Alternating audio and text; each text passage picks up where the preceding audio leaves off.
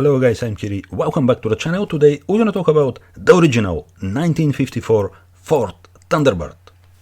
This was the very first generation Thunderbird, which is two-seat convertible and was in production only for 2.5 years, from 1954 till 1957. The very interesting fact is that this was the first two-seat Ford car since 1938. So for this 16 years period, 1938-1954, Ford was making only four-door cars. And as many of you know, this car was the answer or the response to the 1953 Chevrolet Corvette developed by General Motors. 1950s was the craziest time for sports cars, not only in America but in Europe as well. If in America they had Corvette and Thunderbird, in Europe 1950s they had Mercedes 300 SL going, various Ferrari models, Porsches, Aston Martins, Maseratis, etc. etc. With Ford was maybe a bit different. Thunderbird was sports car, but in the same time very luxury, something similar to Aston Martin, if you want. Okay, Aston Martin was completely hand-built car and extremely expensive, but in USA the idea for Ford probably was the same, with the difference Thunderbird was a mass-built car. The first year of the production, 1955, Ford sold 16,155 Thunderbirds, which was huge success, while General Motors sold only 674 Corvettes. So this car was more suitable for the American market than the Corvette, simply because it was more large, more comfortable and cheaper. And probably one more fact, very important of course, wasn't a glass fiber bodied car like the Corvette. The people still didn't trust the fiberglass. Not enough information probably. This was the problem with Chevrolet Corvette. But anyway, Ford Thunderbird was very successful car from the first year. I was a kid when I saw for the very first time a car model by Matchbox in a shop. Very small model, Ford Thunderbird in scale 1/55. The same in front of us. I bought straight away without thinking, still keeping today, so I'm somehow familiar with this model from a long time. Ford Thunderbird was presented for the first time at February 1954 Detroit Motor Show, and later, the same year, went on sale. The price was when new just under $3,000. Ford planned to build only 10,000 units, but only the first 10 days they received 3,500 orders. Then the rest is history. The model lived a long life until 2005 in 11 different generations. So this is one of the American automotive icons. The first and original Thunderbird, as we mentioned earlier, was only in convertible form, but was equipped with removable glass fiber hardtop as a standard option. Not many Americans were used the hardtop, most of them the soft top. The right description probably for this car is a roadster, because it's a comfortable two-seat only, but with very long hood, respectively front longitudinally mounted engine and rear wheel drive. Very classic configuration. So of course V8 Ford unit 4.8 liter, later 5.1 liter, equipped with 3-speed automatic or manual gearbox. The same V8 is mounted on a frame, so you can separate the chassis from the body. Was capable of doing 100 to 115 miles per hour, which is 160 to 185 kilometers per hour, depending on the gearbox. The interior was just amazing. Even today, 70 years later, looks really awesome. Nice colors and design, ref counter, radio and many other options. For the next update, 1956 model, maybe this is the most attractive, they moved the spare wheel from the boot and added to the rear bumper. The backside of the car, very cool design element. Also vents were added to the front wings for the cabin ventilation. So these small design changes makes a big difference. The 5.1 liter V8 was the standard engine for the upgraded first generation Ford Thunderbird and was rated at 245 horsepower. Was version even with 300 horsepower. This was something crazy, and Ford sold 21,380 units for 1957. Ford saw big potential in this model and the reaction was very rapid. The second generation was introduced in 1958 and was in sale up to 1960. To gain even more customers, the Ford executives decided to add 2 more seats on the back, so 4-seater. They were thinking, it's much more easier to sell 4-seat than 2-seat car, and they were right. For the 3 years in production, 1958-1960, Ford sold 200,000 units, 4 times more than the 2-seat first generation.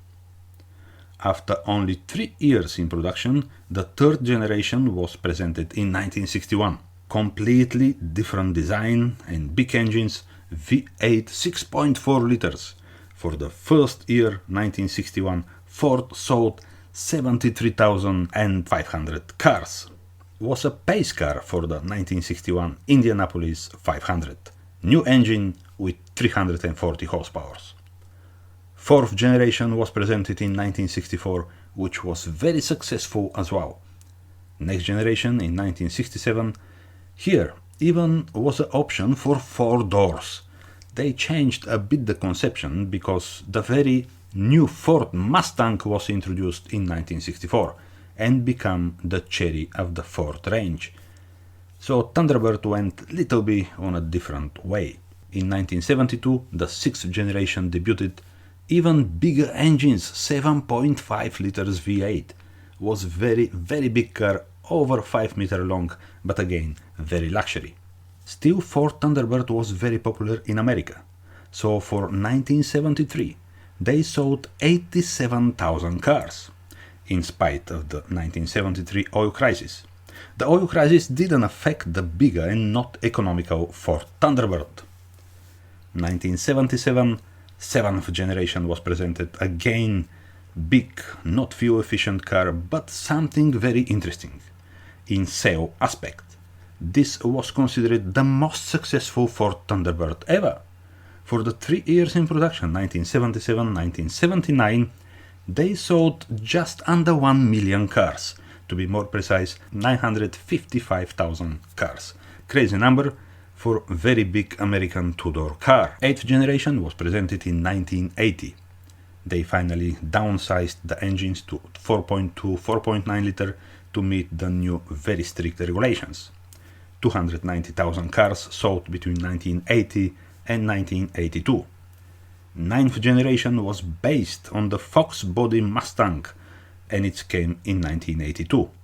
Much smaller engines, even V6, and for the first time 4-cylinder turbocharged model. Was very successful model again. In 1989 the next generation was introduced and this was different design. Very aerodynamic and sleek forms. And in 2002 the 11th generation, which was even a James Bond movie car. This design is kind of the very popular for the time retro style, but we have to say that it's very cool and even today this model is highly desirable and collectible. Was in production to 2005.